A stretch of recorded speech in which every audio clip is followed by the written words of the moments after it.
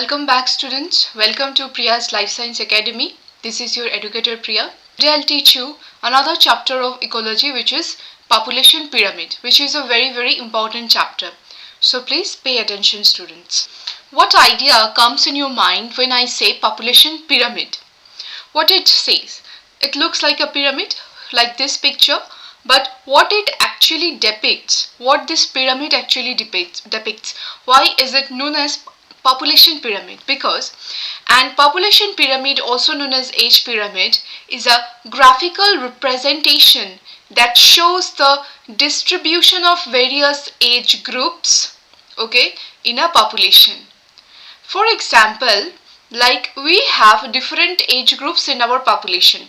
It can be from 0 to 4, from 5 to 10, from 11 to 15, from 15 to 20 and onwards. So there are different types of age groups in a population, and there are different numbers of individuals in each age group.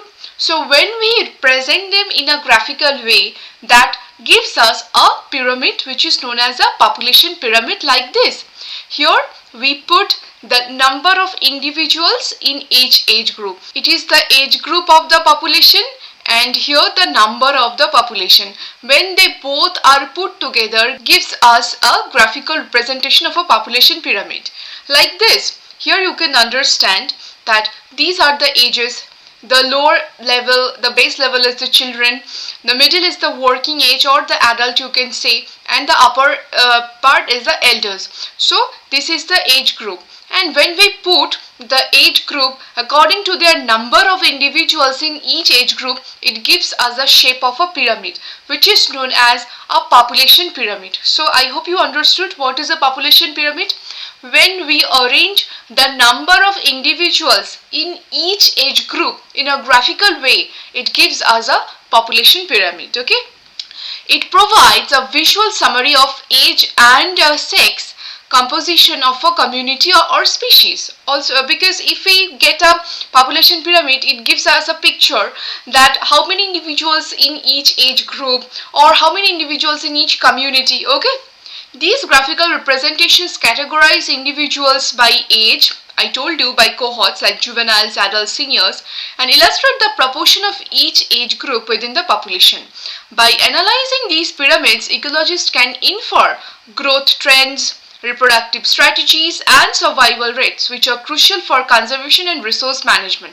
I will come to this part later, that what is the utility of a population pyramid. What ecologists do by utilizing the population pyramid, by observing a population pyramid, what they can infer about a population by seeing a pyramid.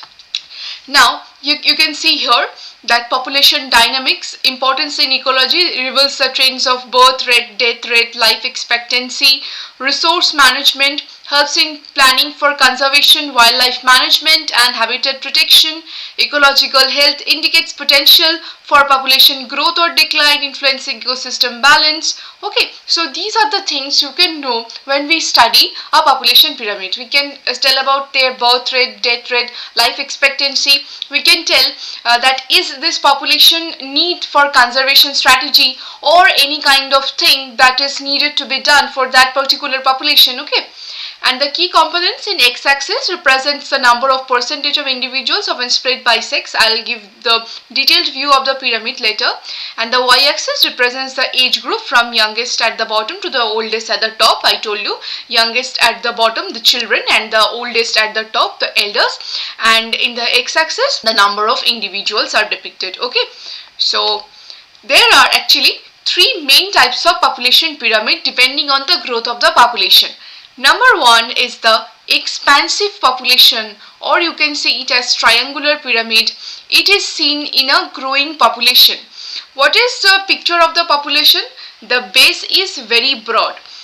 It is depicted as the blue color is male, the red color is female. This is the number of the individuals, and this is the age group. Look, 0 to 4, 5 to 9, 10 to 14, up to 80 plus. Okay, so according to the age group and the number of individuals, the pyramid is made.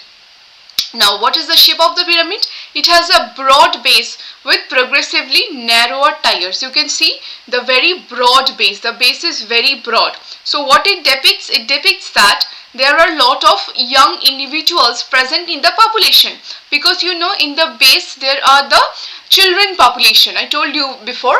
So here the birth rate is very high.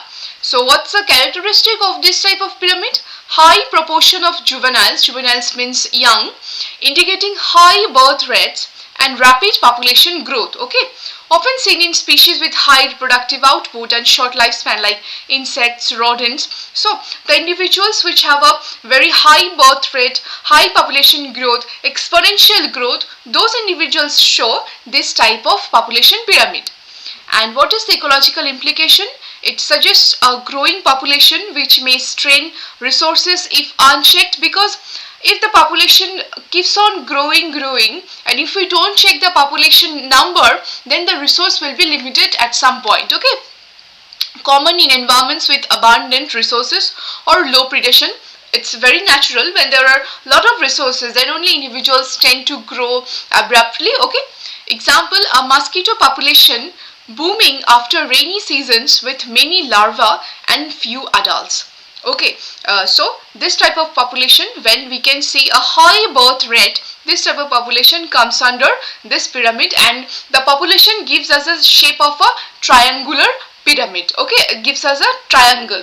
So whenever you see a population growing so much and high birth rate, you will always see that that population will follow this shape, the triangular shape. Okay, you can see in insects, rodents, in yeast, okay, in various kinds of insects. And this kind of population is also seen in poor countries, okay, where there are lots of birth of individuals. I'll come to the human population later. First I'm giving you the idea of overall animal population, but for human, which type of human population comes under this triangular shape? In poor countries like in Kenya. Okay, this kind of country comes into this shape because their population pyramids tends to be broad in the base. The base is very broader. There will be high birth rates. Okay, now number 2, stationary or columnar or stable population pyramid.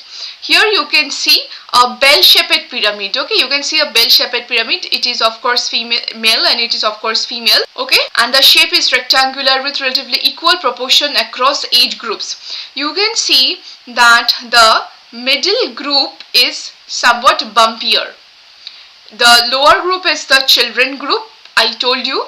The middle group is the elder group, which is lot more bumpier, which is lot more fat. So that means what?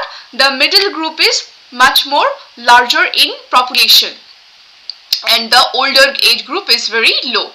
So what that it depicts, that balanced birth and death rates, okay, leading to a stable population, typical of species with long lifespan and low juvenile mortality. Example, elephants, mature forest trees. So higher individuals, and the countries which are developed countries show this type of population growth pyramid. That is a somewhat bell-shaped.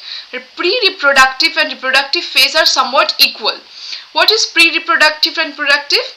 Pre-reproductives are juvenile stage. Okay, that means they cannot reproduce. Pre-reproductive, this is reproductive. That means they can reproduce young individuals. Okay, and this is post-reproductive because old ones also can't reproduce. Okay, so these are the 3 stages.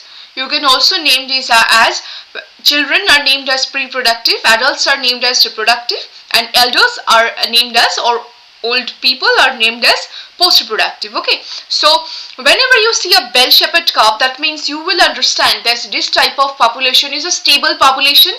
If we can see it in developed countries. Okay, an ecological implication indicates sustainable resource use and stable ecosystem conditions critical for predicting long-term population viability.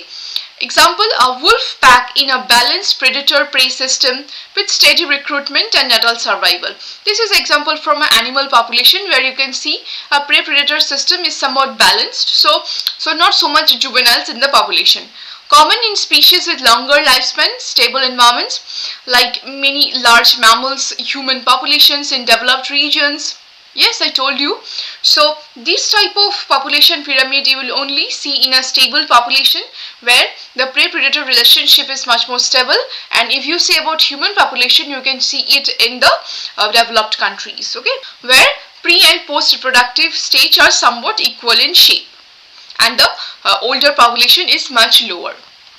And number 3, which is constrictive or urn-shaped or declining population pyramid. You can see the population pyramid is very much declining, its shape is urn. The pre-reproductive and reproductive stages are very low, but the post-reproductive stage is very high. The number of older people is very high. You can see here. So narrow base, wider middle and moderately narrow top. Characteristics here: fewer juveniles compared to adults, okay, signaling low birth rates or poor juvenile survival, often seen in aging populations or species facing environmental stress. Here you can see that is why there is very low birth rate, low children, okay. And whenever there in a population you can see low birth rate, what we will gain in future? There will be no population left, no individuals left, so the population is declining, the population is reducing very rapidly.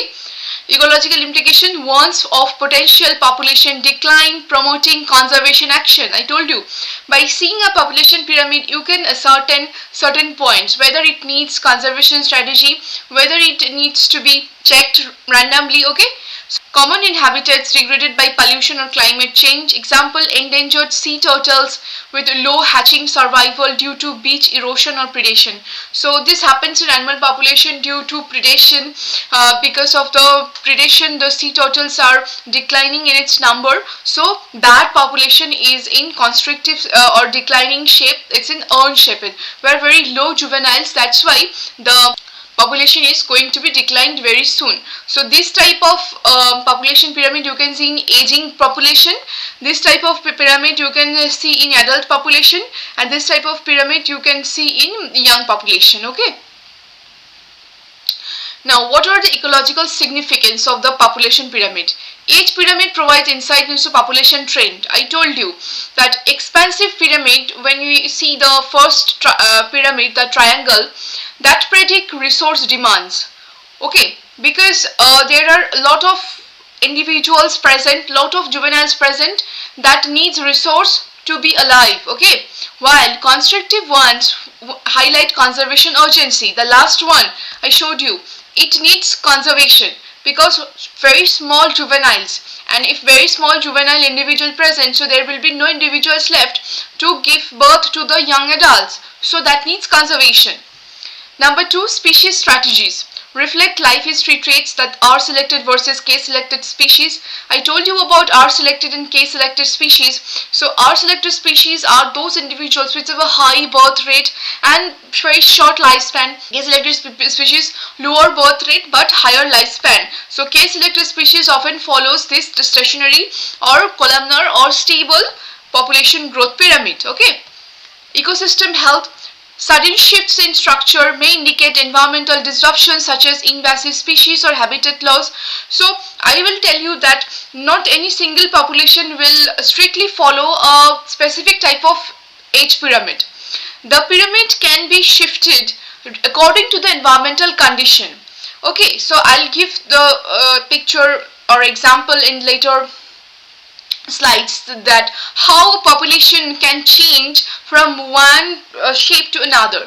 By analyzing these pyramids, ecologists can design targeted strategies such as habitat restoration for species with constrictive structures or monitoring programs for rapidly growing populations, because in the first one the population is very rapidly growing, so we need a strategy to stop that rapid growing of the population, okay. Otherwise resource will be very much strained because resource is limited, so we need to limit the population in order to utilize them equally. Understanding age structure is thus foundational to effective ecological management and biodiversity preservation. So that is why to understand the ecological pyramid of a population is very much important to know whether it needs conservation strategies, whether it needs to restrict population birth, okay. So here you can see for the expansive part, the number one graph, number one population pyramid, which was expansive or triangular pyramid. Here you can see the inactive part, that means the young individuals. Here's the active part, that is the elder population, and here the inactive part, which is the older population. So for this, you can see in Kenya or any kind of nation, in India sometimes, that is a developing population. It always develops. The number of individual increases and increases. And what it actually depicts, if number of individuals increases but resource is not increasing, so there will be scarcity of resource, there will be death of the juveniles, okay. For the work, there will be less work for the individuals. That nowadays the scenario of our country. So lots of individuals are there, but there are the chances of work is very low because of this rapid birth rate of the individuals. So this type of country comes into this shape where there are a lot of young individuals given birth every year, but and at the same time, what you can see, what are the implication or insight in the society, less job opening, less food resources, okay. So that is very bad. That is for developing countries, or you can see for poor countries, this type of population pyramid comes. But now if you come in a developed country, you can see that the inactive part is very low, there is no broad base. But you can see in a poor country, the inactive part, the base is very broad, okay, because there are lots of juvenile birth rate is very high. But in case of developed country, you can see the birth rate is low. So if birth rate is low, you can assume that there will be no scarcity of food, no scarcity of job. The active part is somewhat bumpier, so there will be less active member to search for any job, to seek for resources, okay. So when a population changes from a developing to a developed, the pyramid looks like that. So this is a pyramid for the poor countries or the developing countries, and this is the pyramid for a developed countries, where you have to know, you have to control the birth rate, okay. Now I am giving you an example of a country, Japan. So Japan's population pyramid was in 1950. This was the population pyramid. You can see the population pyramid was like a triangle, okay. Then it shifted to this structure in 2000.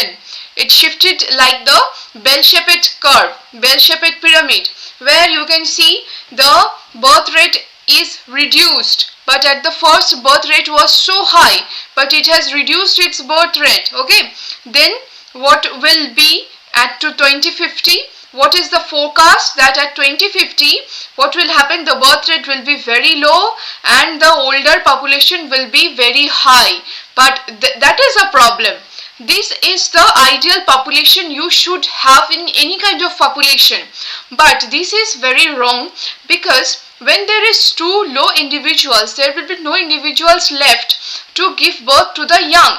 And the individuals, those are left very old, they will die soon and the population will decline. So this is not we want this type of population growth. This is also bad, because the population is growing so rapidly, but no work, no good resource, the birth rate is so high, and because of birth rate is so high, resource is low, so the mortality rate is also very high, you can see.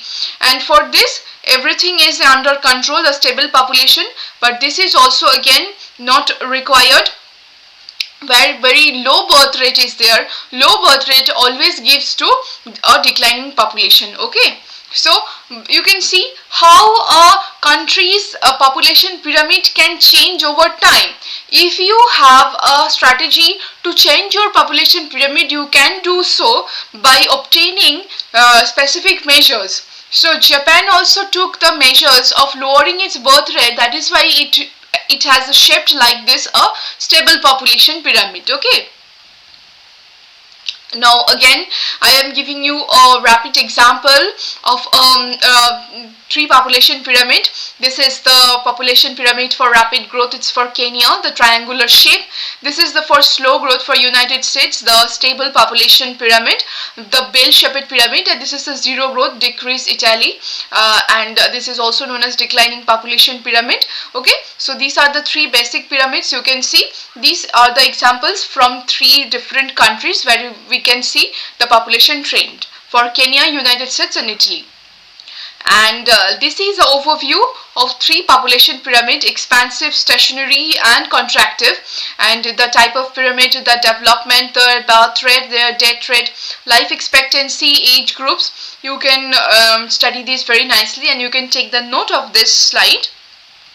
So, for conclusion and summary, 8 pyramids are very essential tools in ecology for visualizing population structure, understanding reproductive trends, and guiding conservation strategies. Yes, we can understand the structure, the birth rate, the death rate, the reproductive trends, and we can also give the guidance to change the pyramid for the betterment of the population.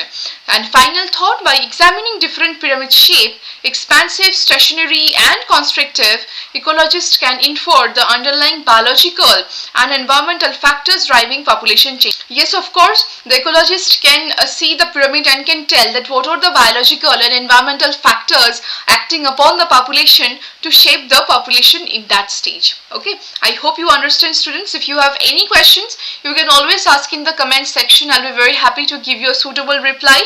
This lecture will be beneficial for those who are in BSc, in master's degree, or those who are going to give NET exam, who are going to give UPSC Ecology and Environment section. Okay, I hope you all the best, and as I always say, fight for your dreams will fight for you. Thank you.